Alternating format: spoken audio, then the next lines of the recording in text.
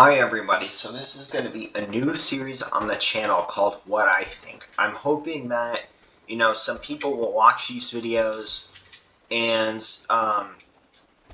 I'll talk about, kind of the things that I want to talk about the real world. It's not going to be about my life. I'll still continue to talk about my life, but this is going to be more about what I think of events that are happening in the world or things that are happening in the world or what I watch off of YouTube or whatever. In this case, we're going to be talking about what I've seen off of YouTube today and what I've been watching recently. And the first thing I want to talk about is I've been watching a lot of mountain climbing videos. Now, some of my viewers will know this, but I used to play mountain climbing games in Roblox, and I actually met some friends by doing it. I built mountain trails on Minecraft. I've played Everest VR and explored it extensively. You know, I've, I've done, um, I've really tried to occupy myself with mountain-related activities until I became old enough to do my own pursuits, to be able to pursue my dreams of climbing these massive mountains in the Andes and the Karakoram in the Himalayas and in the Alaskan ranges. Um, so I've always loved mountain climbing. So I've been, watching a few videos recently about these mountain climbers. And um, one thing that I've noticed about a group of these climbers, a significant part of these climbers, are one of two things. One is that they're a narcissist, and the other is that they have either no self-worth or nothing to live for, right? So, what do I mean by this, right? First of all, I think there's a clear difference between these two sets of people. One of them is that I want to accomplish this big feat that's never been done before, so I get all the fame and recognition in the mountain community. And the other is I want to do it for the sake of doing it. And I think those are two very different mindsets, right? But we're going to talk. I think one is a healthy mindset, and one can be a very dangerous mindset. So I think that the mountain climbers that want to, climb the mountain on a regular season, taking a normal route, right?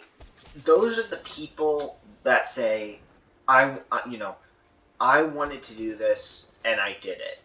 I climbed K2, I climbed Everest, I climbed Denali, I climbed Annapurna, I did it.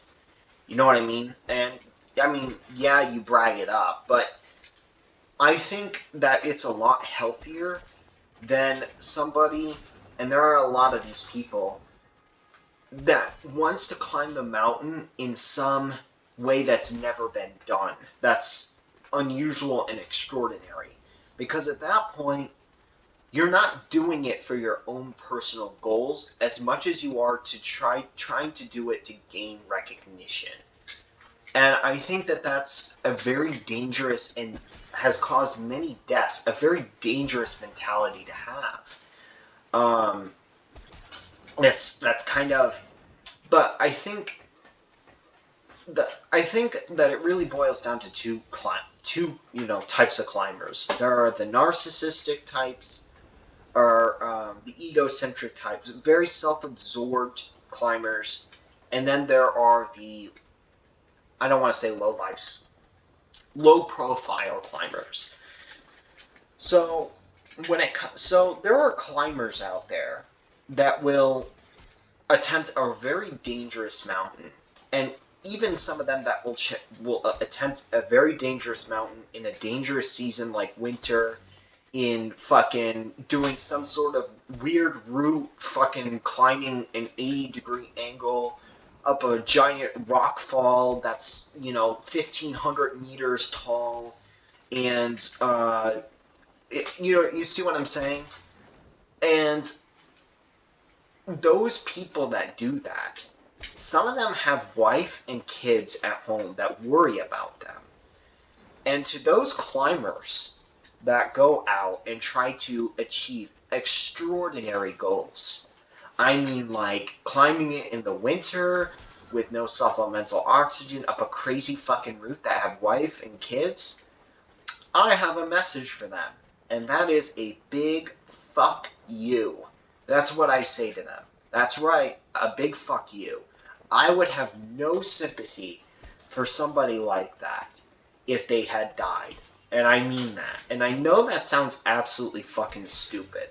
But it really doesn't when you take a deeper look into it, right? So these climbers that have wives and kids and are not really doing it for a personal goal, right? They're trying to impress the mountaineering community, or even they're just climbing an extremely dangerous mountain in the regular season and all that. It's still an extremely dangerous mountain, and there is a good chance that they won't come back home no matter what level of experience they have.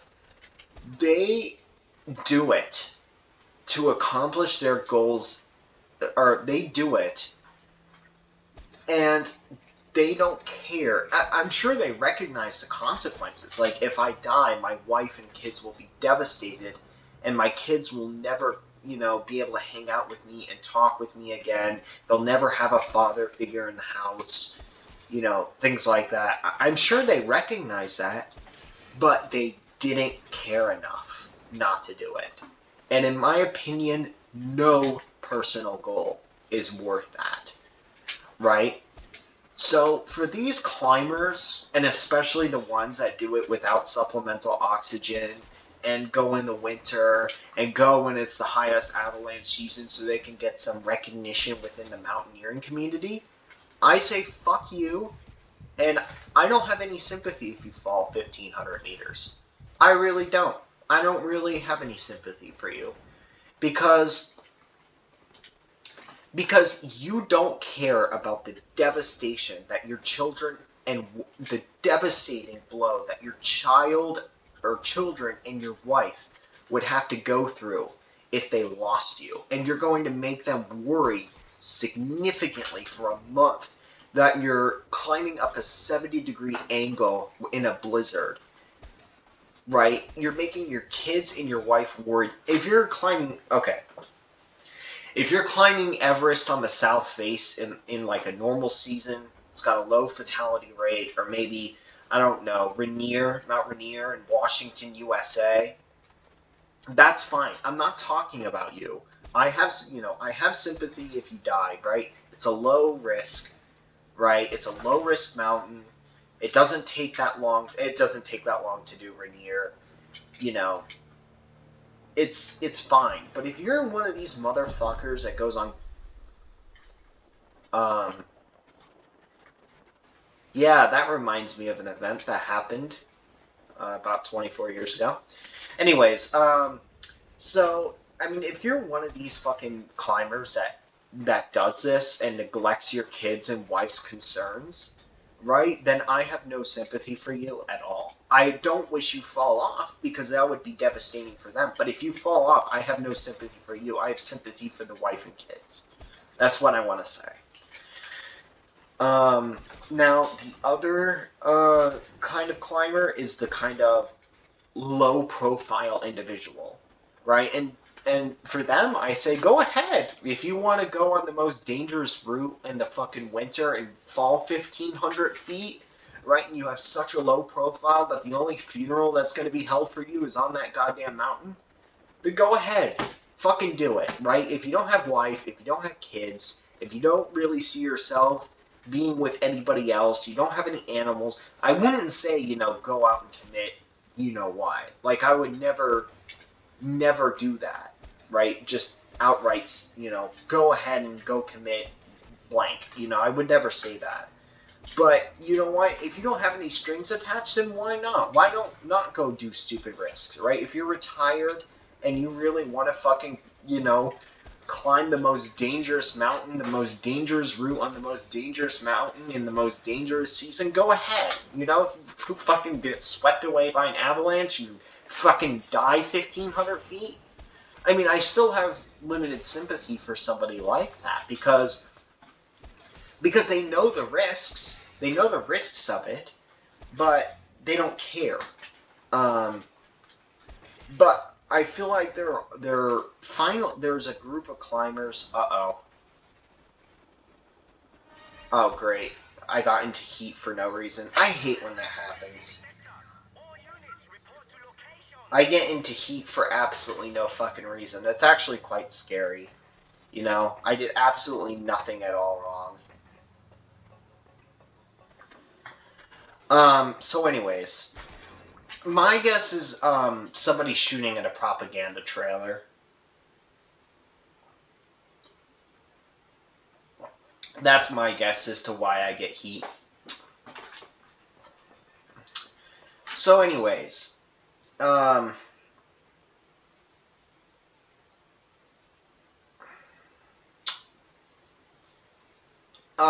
feel bad for a certain set of climbers, that are kind of depressed, and so they don't really care what happens to them, so they go do these things. Like, I feel bad for those kinds of climbers. But for the ones that have ambition to go out and actually try to impress the mountaineering community by doing all of these ridiculous additional things in addition to climbing the most deadly mountains in the world, like those people that have the ambitions, I say go ahead and do it. You know, if you have, if you have no strings attached, then, go ahead and do it. I just kind of feel like some of these climbers that are in that category don't really value life, and they're depressed, and they're not going to outright commit what, but they're going to do anything, they want to, but even if it's putting them in harm's way because they just don't care. And again, I think there's a difference between doing it because, you have nothing to live for, and so you happily do that activity to pursue your goals because you don't really have any strings attached, and kind of feeling like, you don't have a life and you don't care what ends up happening to you. You know what I mean? Like, I think there's a difference between those two mentalities, and I feel bad for those people that feel that way. But I will never, ever feel sympathy for the people that go when they have wife and kids and do the most stupid fucking shit, right? Like, once you get her pregnant, right, and you have a kid, it is your responsibility. You did that. You did that.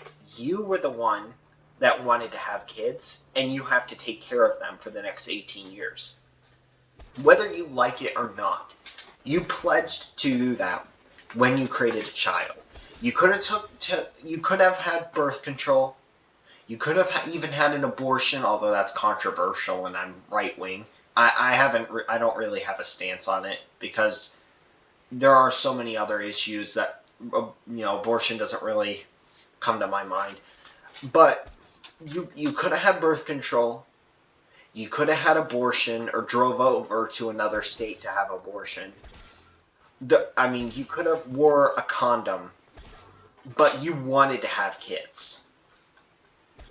You wanted a child, and so you have to take care of them. So to neglect your wife and your kids and to go do something like this, which is a death sentence, almost completely a death sentence, in order to impress your mountaineering friends, I don't have any sympathy for anybody like that. And I don't think anybody should either. Anyways, that's all. Thank you. Bye.